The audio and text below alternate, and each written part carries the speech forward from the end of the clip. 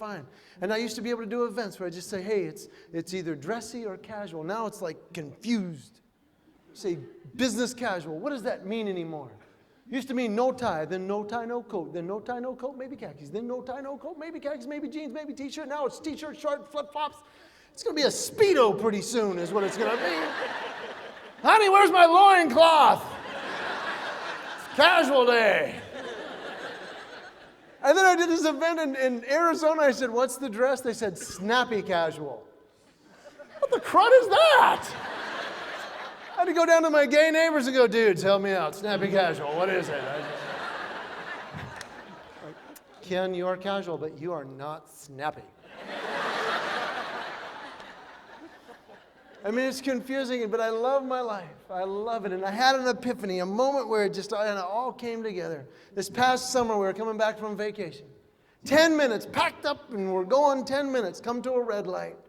As I'm at the red light, I look out the window. There's a brand new pickup truck right next to me. I'm like, oh. And then I looked in the back. There's a beautiful golden retriever with the head out the window. I'm like, oh, cool dog. And in the back, brand new Harley Davidson chrome package. The guy looked over. I'm just like, because that's what we do. And he looked over at me and he kind of hung back and kind of laughed. And I was like, what is he laughing at? And then it dawned on me, I'm in a minivan. It is impossible to look cool in a minivan. And I'm not buying really cool toys for thousands of dollars. I'm spending hundreds of dollars on things you don't call your friends about. I don't go, hey, Rob, come over. I've got a new water heater. No, we'll wash our hands. That'll be great. You don't do that. And I started to distract myself. I kind of fiddled with the mirror, and I saw something I have never seen before in my life. On the top of my ear, there is a hair growing straight out.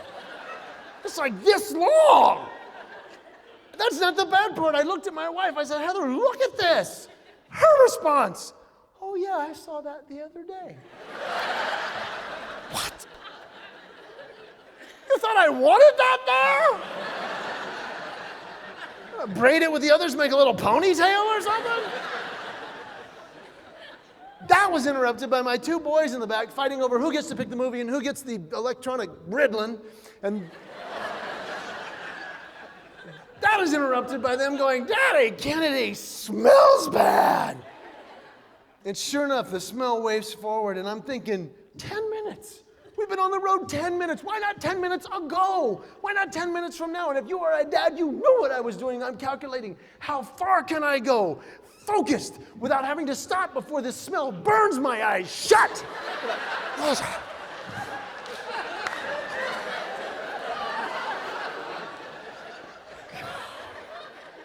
That is interrupted by my dog discovering the other dog and begin to barking at that dog. I call him a dog. I wanted a dog.